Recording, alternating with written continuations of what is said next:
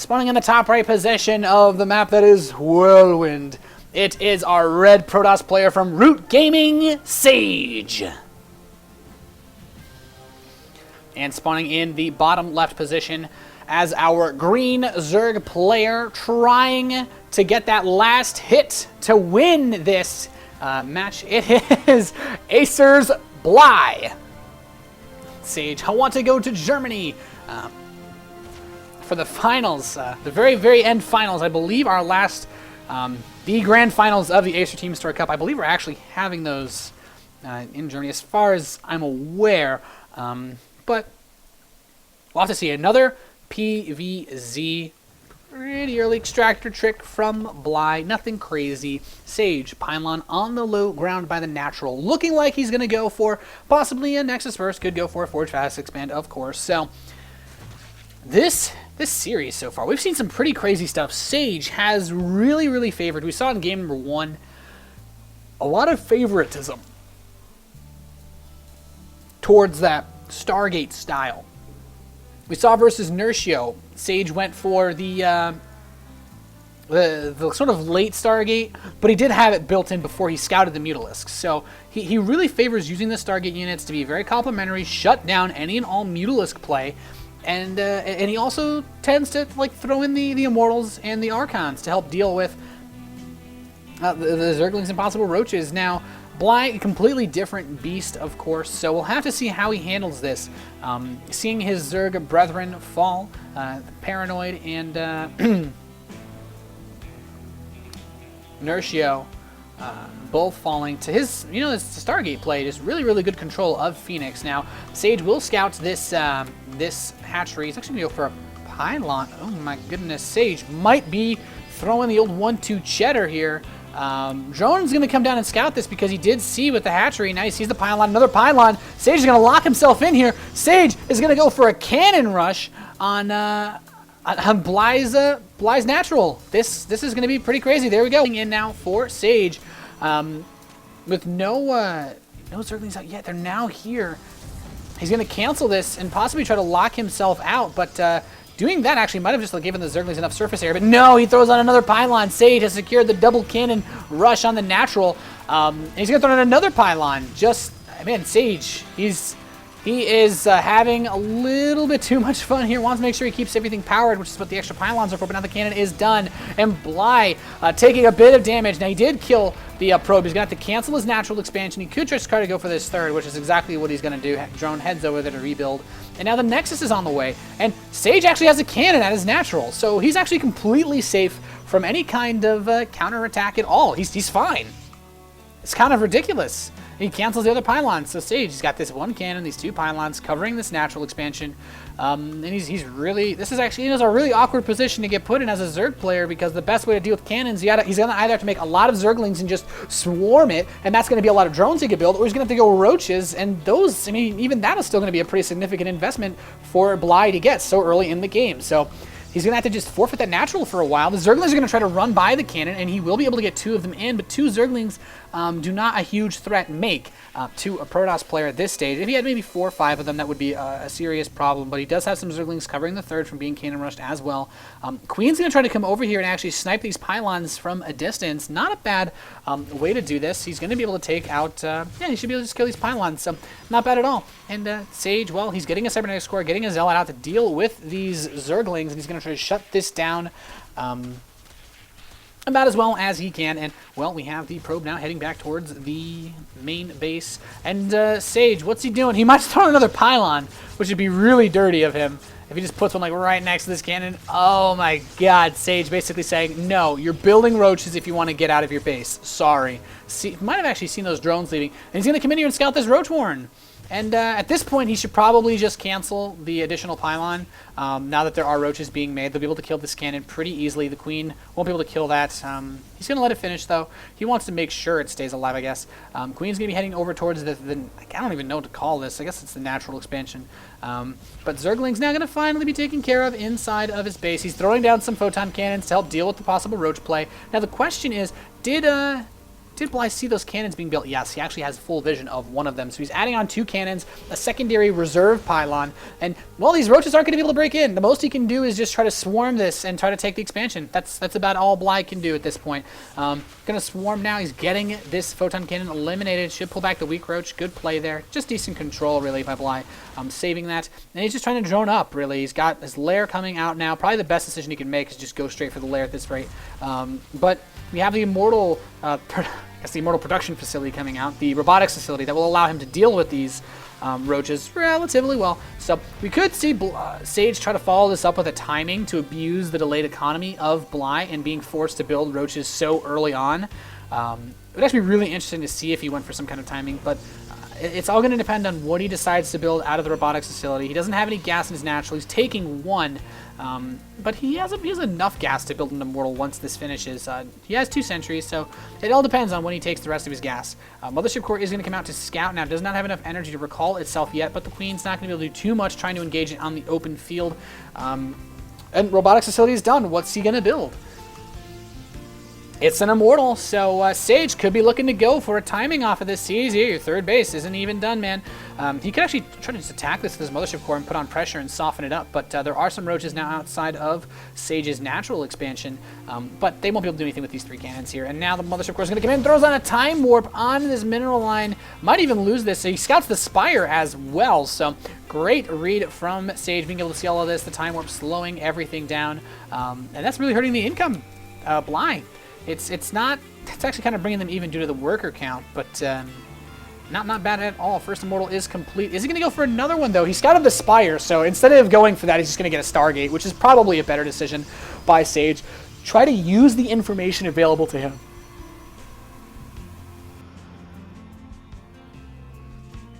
Mothership Core actually gets away, too, which is pretty nice considering that, you know, it's 100 gas, so... But yeah, it's a really good decision. Instead of going for a big mass Immortal push, and he opened with the Immortal, but the Immortal could have just been defensive. But using that to hold him off, and now he's just shoving away this Overlord with the Phoenix. And this is kind of cool because it might make him think, oh, he's just going for this hallucinated Phoenix. It's not a real one. But he's going to actually be going for a real one. He's adding on a second Stargate now. He's beginning the Phoenix production, but the Overseer comes in and spots this anyway. Knows everything that is going on in the base of Sage. So a couple of gateways were added as well. This is pretty standard though, moving up to 4 gateways. So Sage now, this map is very difficult to secure a third base on as a Protoss player. No surprises as to why Bly chose this map to play against Sage on, especially considering how large it is. So Sentry's going to start to tickle this Overlord, finishing it off. Chunks fly into the atmosphere. And yeah. Bly lost an Overlord too. He's a little bit supply block, but now 10 mutas are coming out for our Acer Zerg. And, well, he's got a decent number of Roach laying. He could try to just force the issue here on this third base. There are a couple of sentries, but there's not enough force fields to cover all of these areas if he harasses him well enough. And Hussein Phoenix is just being very, very annoying towards these Mutalisks. But now he knows the Mutas are out on the field. The Lings do not actually have speed yet. He's going to try to run up here and get an engagement off.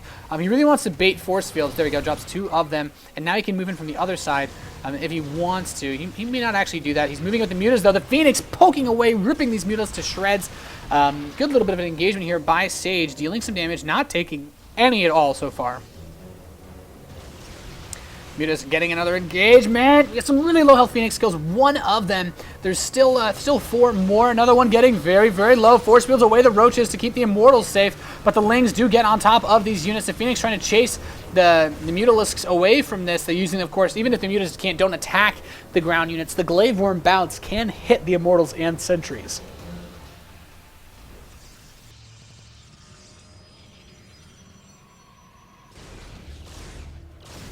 Phoenix beginning to poke away at these roaches here, just trying to deal as much damage as they can, slow him down to whatever rate is possible. Roach is dead, and well, now we have Bly moving on up. He's He's dealing a little bit with these Mutalisks. He's only got 4 trying to put pressure on, and there are significantly more Phoenix. There's 6 of them. Would rip these Mutas apart very, very quickly. A 7th Phoenix coming out. And now, Bly, he's decided, you know what? I'm going to go for the big Hydralisk transition. 19 about to pop out. And, well, here they are. The Phoenix play. You know what? I think Sage got a little bit too comfortable here going for this so many Stargate play. The Mutas are harassing the main base. He's burning a Photon Overcharge, trying to kill everything that he can. But these Hydralisks could be devastating if he goes for a timing push with them, with either his +1 or his Hydralisk speed. He does not have the range upgrade, but there's no Robotics Bay transition set up for Sage at all. He has nothing to really deal with these Hydralisks. He has force fields that can keep them away for a little bit. The Phoenix can, of course, lift them and deal bonus damage, but the Hydralisks shoot up, so that's not the biggest deal ever, spreading the creep out towards the center of the map. And he might try to go for it. He's got the Hydralisk Muscular Augment upgrade. That's the Hydralisk speed. And he might wait for that because it'll allow him to dodge the force fields a little bit better by being able to move faster. And also because it'll probably time out. It's going to time out with his roach speed as well. So I feel like his opportunity to do something with this, though, is going to slowly go away the longer he waits. So instead he's going to take this 4th base. Warp Prism is going to fly on by. No Warp-ins just yet. Nothing crazy like Dark Templar that we saw in the game on Daybreak. But, well, now the Hydras are trying to come in here and catch these Phoenix. He's going to get 1, possibly a second 2 Phoenix. A great pickup. A 3rd Phoenix gets killed. So really, really good catch for Bly. He's just maxing out on this Roach Hydra, and he's just got so much. There's no Colossi on the field. The Robotics Bay is 20 seconds off. It's nowhere near being complete, and now Bly, maxing out with the speed upgrades about to complete for both his Roaches and his Hydralisks, are going to be in an amazing position to put on a serious amount of pressure. There's a good amount of force fields available, but there's no charge lots to pin the Hydralisks behind. All he's going to do is push him away, and when the time runs out, that's going to be it. He needs to start a Colossus now. He has one queued up. He's chrono boosting it out. He's supply blocked though. Sage supply blocked. Can't build a Colossus. Gets a good force field here off on some of the Hydralisks, but there's still a lot here for Bly. He's moving in. More force fields, pinning these units down. He needs to take out the Immortals. Some really, really great force fields, and that's his saving grace at this point. He's bringing the supply pretty even versus Bly. Bly really, really engaging. And you know what? These force fields, he is just eating pavement right now. Sage stomping this army into the ground, and now he's going to have a Colossus pretty soon. So Bly did not do anywhere near as much damage as he wanted to. Force fields are just that good. With the Phoenix support to pick up those units as well, Bly basically walks into a death trap. This is a much better location to engage here on the open ground, but trying to run into that this little bit of a choke point versus Sage, not the smartest idea in terms of engagements to take by Bly. 20 more Hydralisks coming out. We have a Warp Prism with Zealots trying to hit that 4th base, but is he going to be able to do anything? Phoenix killing more Queens. Here comes that drop. No, it's going to head over towards the 3rd base, it seems. He doesn't want to... I guess he sees the units that are there. He could actually hit this 3rd base really well. He's going to go for the main and try to possibly hit some tech. Now, the Hive is on the way. We have the Infestation Pit. +1 Mutalisk attack is going in here. It could also, of course, be used for the Creepers and the Broodlords. He's going to try to snipe the Infestation Pit, but won't be able to do too much. He's not going for any kind of Swarm Host play. Zerglings are going to try to run by, immediately caught off guard. These Colossi just frying them up with the laser beams. And the Phoenix come in here and just kill everything mining at this 4th. So good play here so far from Sage. He's really been on top of his game. And it looks like the Spine Crawler should be able to survive. The Hydralisks have this under control just fine. Warp Prism is in position. Is he going to kill this? Be huge? Nope. Barely gets away. Almost luck there. Does he have Hydralisk range? Yes. So just barely got out of the range of that. So close. But Void Ray Colossus is going to be the army composition of choice.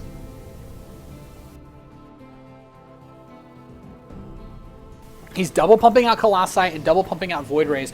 And Sage, this is such a powerful composition. The Void Rays can literally kill anything basically in the air thanks to Prismatic Alignment. He has the Colossi that can kill anything on the ground. And with the nerf to Infestors, they can't kill Void Rays very well with Fungal Growth. So Bly is in a bit of trouble here. The army composition is going to really start to favor Sage very soon. The Colossi will just be able to eviscerate all units on the ground. Zergling's trying to do a run by to this 3rd, but it's blocked off. The gateway wall is there. There's a cannon there. He can't get in. Phoenix are running around, continuing to harass Bly, forcing supply blocks, forcing Bly to build overlords when he needs to start building up a bank and getting more actual units out.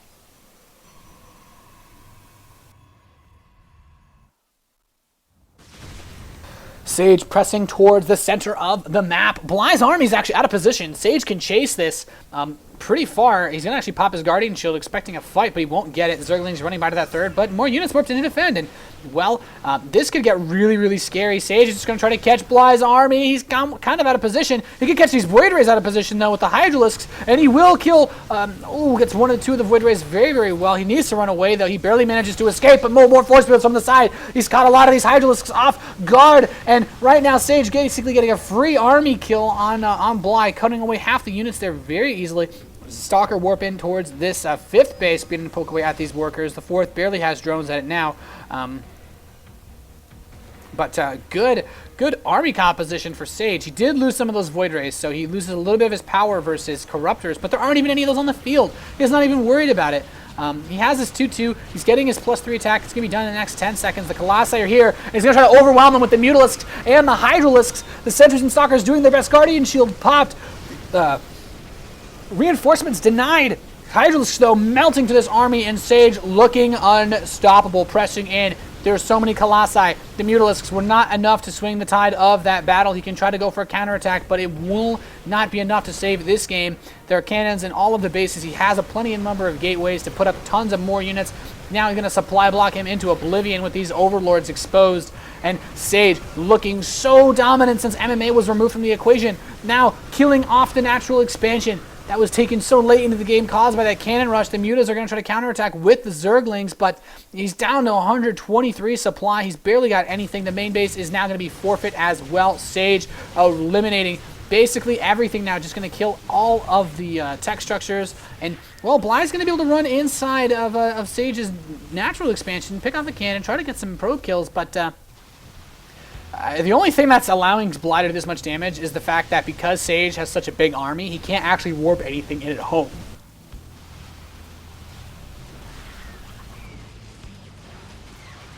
Now the Stalkers have returned. He has the Blink.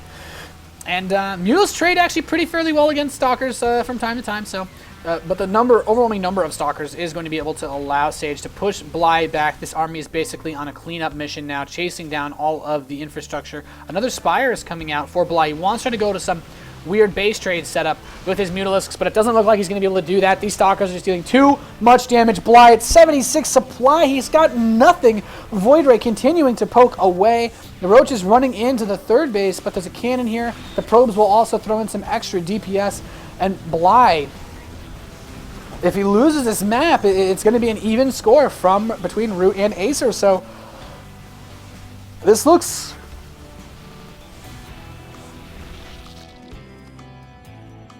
very bad for Bly. And the Colossi, he's just on the cleanup crew. There's not enough resources available. Bly just hanging in there as much as he can. There's the GG, and Sage manages to take this series even. This will be a 4-4 score final match coming up. I would not be surprised to see the return of MMA using the Revive Ace player that they do have available. So this is going to be very, very, very difficult to see who can take this. I feel like they're going to send MMA out as the ace player, but guys, we'll have to see. This is the Acer TeamStory Cup. Once again, thank you guys for tuning in. I am Nathanias.